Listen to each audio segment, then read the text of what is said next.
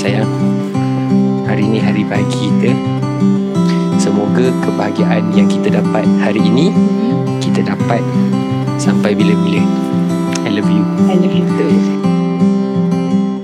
Ini gambaran kita suatu hari nanti. Setelah sekian lama kita jalani, lewati masa-masa yang berarti.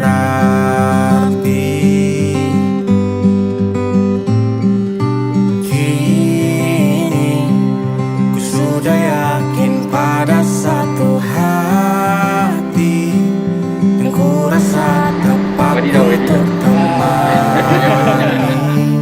Sekarang hingga aku tua nanti, ingin punya rumah untuk tempat bermesra.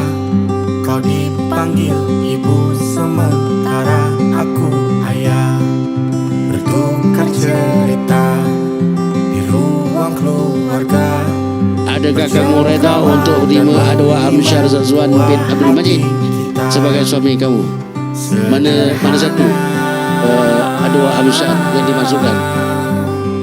Bahagia ini lengkap sudah, sama-sama hingga nanti kita tutup mata. Bismillahirrahmanirrahim. Adwa Amsyar Zazwan bin Abdul Majid, saya nikahkan dikau dan saya kahwinkan dikau akan puteriku Nur Sakinah binti Ismail dengan mas kahwinnya RM200 tunai.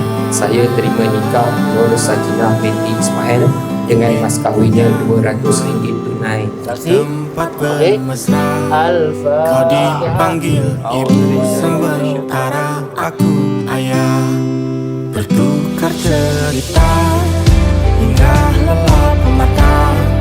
Lalu datang pagi, kau memasak, ku bekerja sederhana.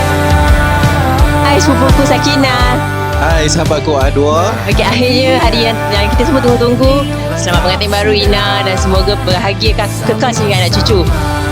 Dan kepada Kina, bersabarlah dengan Adwa And jangan lupa sebagai matchmaker kita orang 25%. Bye. Semoga saja